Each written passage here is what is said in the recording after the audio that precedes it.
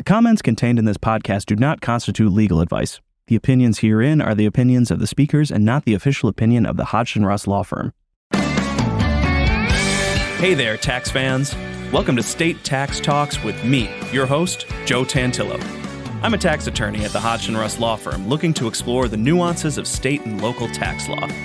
Here on the show, our goal is to keep tax informative, simple, and fun. So if you're ready to talk tax, turn up the volume and dive into this episode of State Tax Talks. We're on part 3 of our discussion with Joe Endres about sales tax in New York.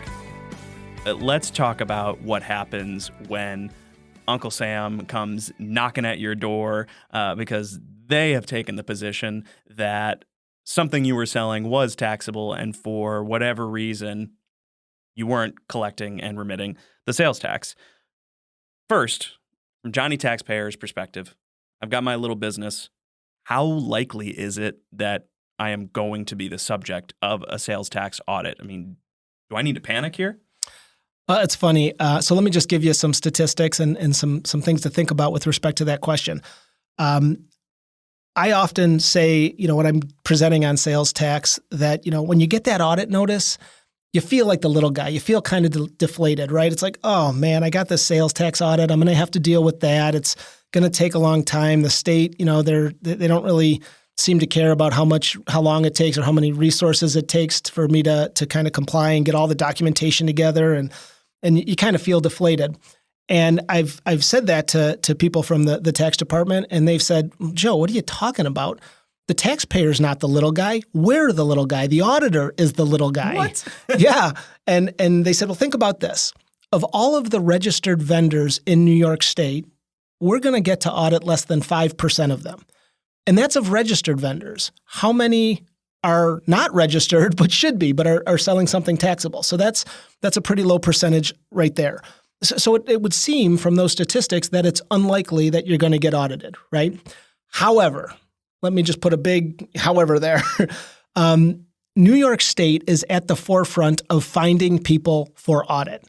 They now use technology in a way that is astounding. It's just remarkable. So for example, they have sophisticated software that looks for anomalies with respect to a specific business. And by anomalies, I basically mean two numbers that don't make sense together. So at the most basic level, they'll compare the sales that are listed on your sales tax returns compared to the sales listed on your income tax returns. If there's a big difference there, now look, those things shouldn't be the same. There are reasons why they wouldn't be, but they should be within a reasonable range of one another. And to the extent they're not, well, that raises a red flag that the software says, hey, wait a minute, there's a big discrepancy between sales. Let's take a look. Let's ask some more questions. And that's actually the most basic way that they do this. They now have information coming in from third parties that allow them to find and target audit businesses for audit. So for example, they have information coming in from financial institutions, banks, credit card companies. So they can do an internal analysis of how much cash is coming versus how much credit card transactions your business is doing. And if your ratio is unusual for a business in that industry, that's a potential audit. They'll say, hey, something unusual is going on there. There's an anomaly there. And they have information about a lot of businesses in the area, so they know that you're an outlier for your industry, for your area. Similarly, they have information from, insurance companies, liquor distributors, and you might be sitting there thinking, well, so what? I don't represent any insurance companies, or I'm not an insurance company. I'm not a liquor distributor. I'm not involved in those industries. Well, no, but you might be involved with the restaurant down the street. You might be helping them with their taxes, or, you might be the restaurant down the street worrying about your taxes. And suddenly, if you start submitting sales tax returns that say your sales are one number, but the tax department is getting an informational return from a liquor wholesaler saying you're buying a whole lot more than the sales you reported on your sales tax return, that's a problem. That doesn't make sense. Either that business isn't going to be around very long, or there's something funny going on there.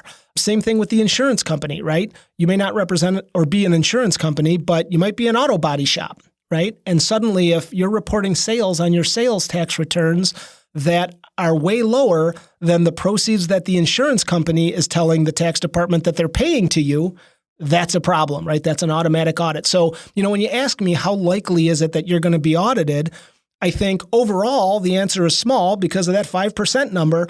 But if you're actually doing something wrong, whether purposefully or not, if you're getting it wrong, the state has so many techniques, so many tools in its toolbox to be able to find businesses that are doing it wrong, that from my perspective, it almost seems like, it's not a matter of if, but a matter of when. When are you going to get audited? And so it's important to just understand what the state is looking at, and so that you can know what should I be looking at to make sure I'm getting everything right.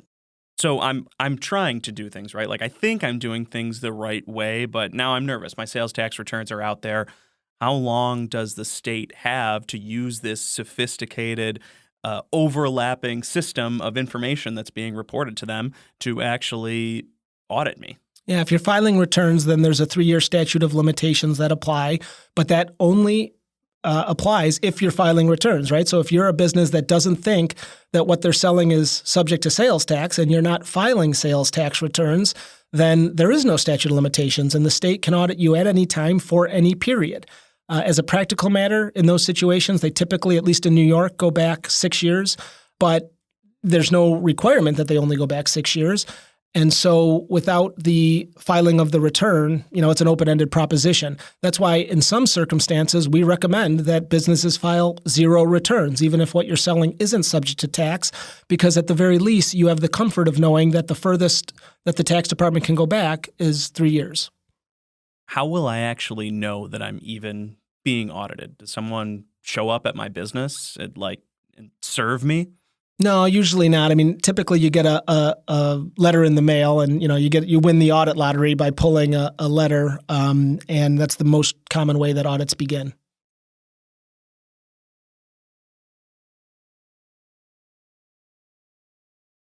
So there can be limited scope audits, but for the most part, for sales tax purposes, they follow a pretty common pattern where they look at the same types of issues and areas. So now I've got an audit notice. I'm super stressed. What are my rights as a taxpayer? Before I cave and just send everything over, what do I need to know about, kind of what I'm entitled to? Representation as a start? Sure, absolutely. I mean, the business does not have to handle the sales tax audit by itself. An accountant or, certainly a tax professional, tax attorney can help you with respect to that process. They can even be the person out front. Many businesses often feel very nervous getting interviewed or getting audited by the state. And so they would rather have their representatives handle it and be out front, and that's perfectly fine. So you don't have to be the one that is handling the audit by yourself or even out front. You can have a representative kind of quarterback the process. So now I'm under audit. I've got my tax professional who's representing me. What kind of documentation is going to be looked at by the state? What do I need to turn over? So most sales tax audits look at 4 specific areas. The first is a tax reconciliation. If you're charging tax, then the auditors want to confirm that the amount of tax that you charged your customers equals the amount of tax that you paid over to the state. So it's just a reconciliation to make sure that those 2 numbers are the same. After you get over that hurdle, then auditors typically focus on 3 specific areas. The first are your capital purchases.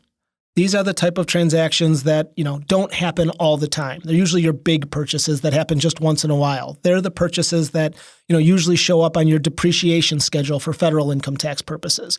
And so what an auditor is going to ask for is your federal income tax returns and the depreciation schedules there, because that kind of forms their universe for what to look at in terms of capital transactions, big purchases the business made.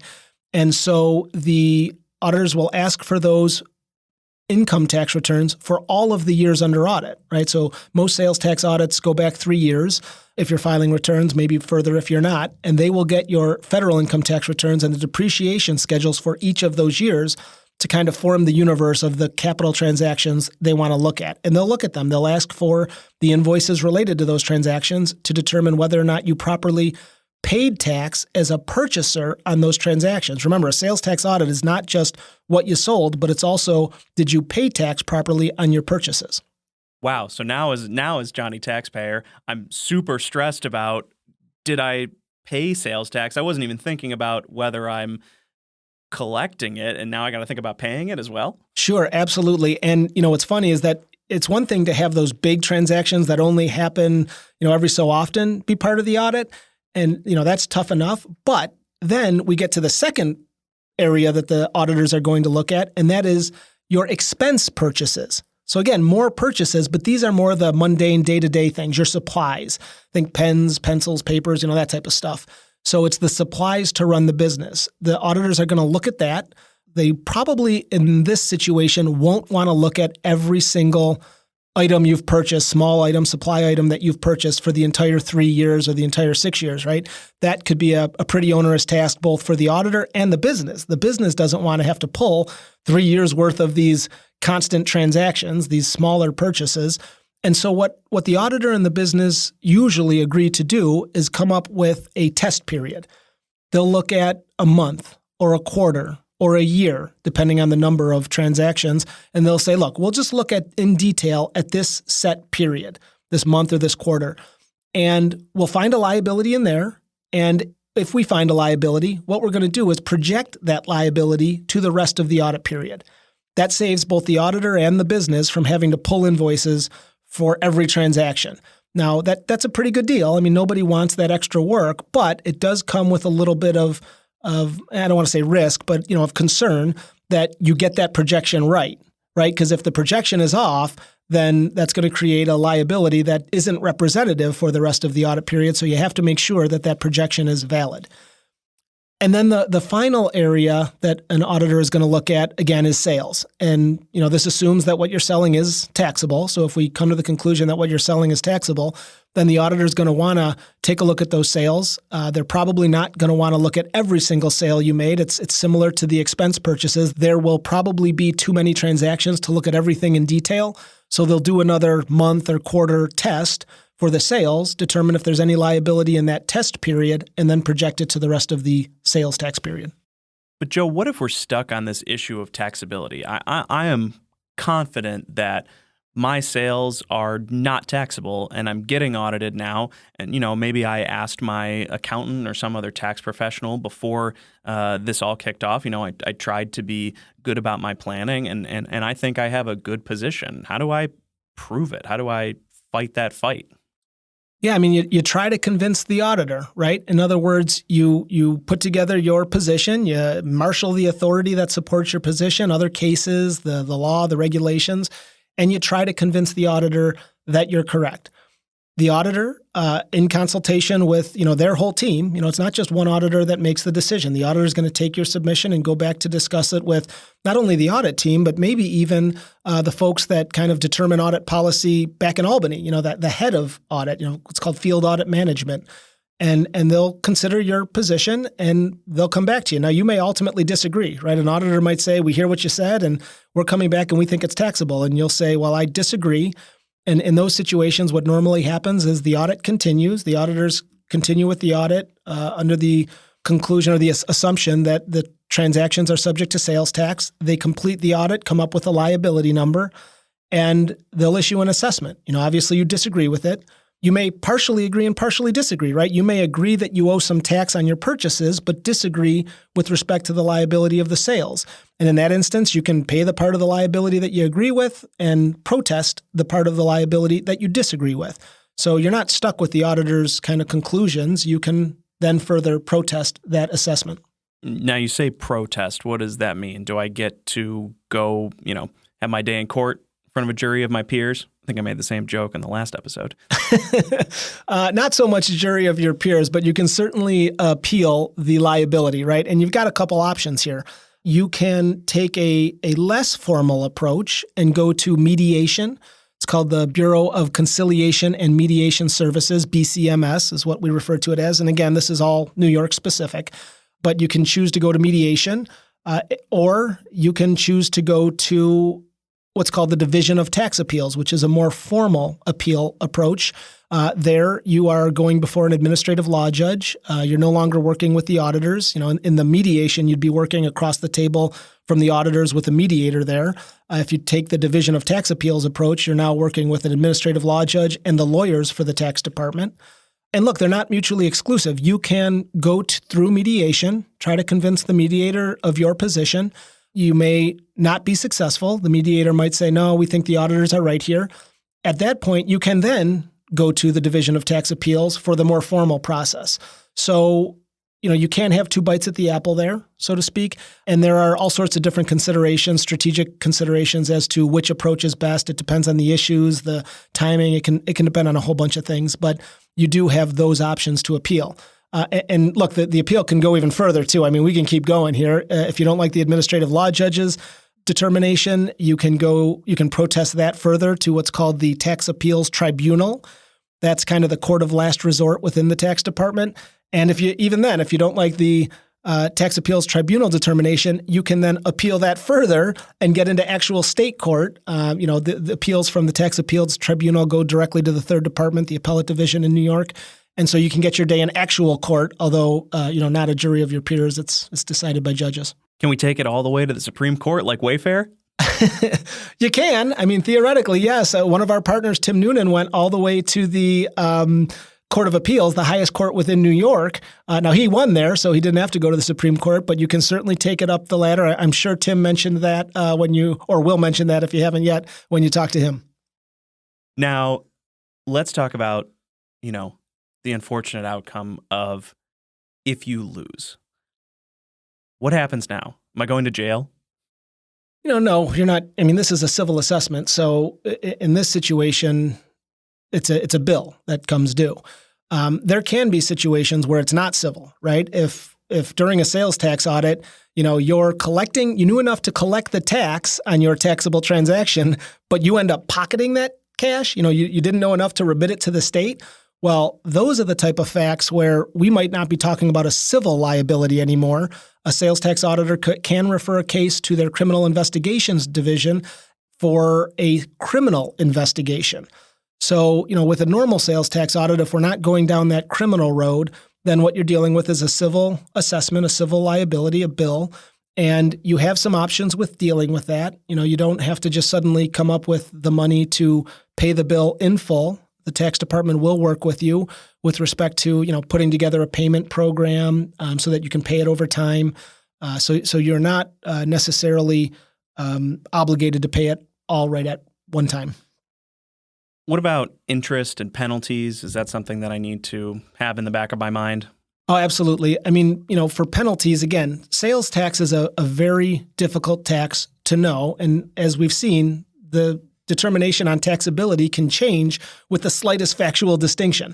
So for most businesses, penalties are not imposed, at least for initial audit, a first audit. But if it's a second audit, then, penalties are certainly potentially in play because, the auditors could take the position that you should have known better. We've been in here before. So penalties usually not on the first audit, possibly on follow-up audits. Interest will always be on the table. Interest is statutorily required. And so if you get hit with a tax liability, there's going to be interest on it. And, the interest can be significant. I mean, the interest, can vary, but it's usually somewhere around these days, 7.5%, et cetera. But if you have penalties on a sales tax assessment, that interest rate jumps from, around 7% all the way up to 14.5%. So the interest rate can double. And in sales tax, again, the interest and the penalties can oftentimes outweigh the tax, especially if we're going back a number of years. So it can be a huge liability. And in the back of all of this is what we've already talked about, the fact that this could all be a personal assessment against those responsible for running the business. So again, high stakes. It's not no laughing matter. No doubt. This is a situation that taxpayers and business owners, in particular small business owners, really do not want to find themselves in. So, Joe, how do those business owners, those taxpayers, plan to avoid this kind of audit disaster? Well, I mean, look, it is always best to do things before the audit starts, right? It's always best to have a clear understanding of your obligations, or as clear as possible, because look, there are some transactions we could talk about where I could tell you I'm not sure what the answer is. And so have as clear a understanding of your obligations under the sales tax law before the audit happens. If you're in a situation where you have a disagreement with the auditors, then you just have to simply marshal the facts, marshal the rules in the best way you can to support your position and fight that assessment. Indeed, this is an area of the law that is nuanced. It overlaps with other areas. It is complex, and I think that business owners can, in general, benefit from planning and consultation with a tax professional so that they don't have a situation where they end up in a deep, years-long audit. And let me add one other thing with respect to making an audit better. It's one thing to fight an audit when you have perfect information, perfect records. In those situations, the fight is much easier, at least because you're not fighting with ambiguity, you're not fighting with uncertainty. But what about situations where you just don't have records? There are many businesses out there that just didn't maintain their purchase records or didn't maintain their sales records going all the way back. And in those situations, this is another reason why sales tax is one of the scariest taxes, is because auditors can estimate. Look, an auditor has to do an audit, and if you don't have records on which to audit, they're going to come up with some way to come up with a liability. And they can use external indices, is what we call them. They'll use something outside the business in order to approximate the business's sales to come up with a liability.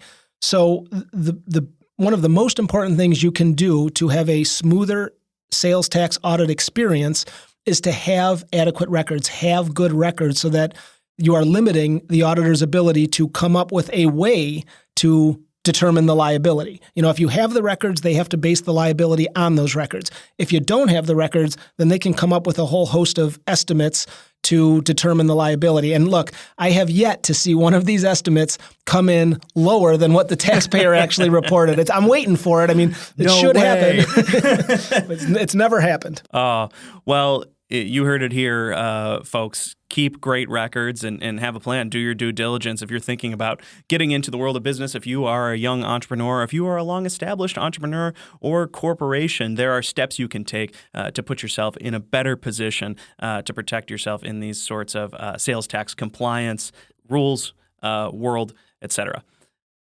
Joe, thank you for joining us today. This was a fantastic discussion. I think the folks at home learned a lot about the world of sales tax, and we appreciate your time. Thank you for having me. Had a great time. Thanks for joining us for another episode of State Tax Talks. If you're interested in listening to more episodes, we're available on all platforms where podcasts can be found, including YouTube. If you enjoyed this episode of State Tax Talks with Joe Tantillo, please give us a 5-star review on your favorite podcast platform. And if you're in need of a tax professional, you can contact the tax attorneys at Hodgson Russ. Go to www.hodgsonruss.com for more information. And until next time, I'm Joe Tantillo, and this is State Tax Talks. Catch you later, tax fans. The comments contained in this podcast do not constitute legal advice. The opinions herein are the opinions of the speakers and not the official opinion of the Hodgson Russ Law Firm.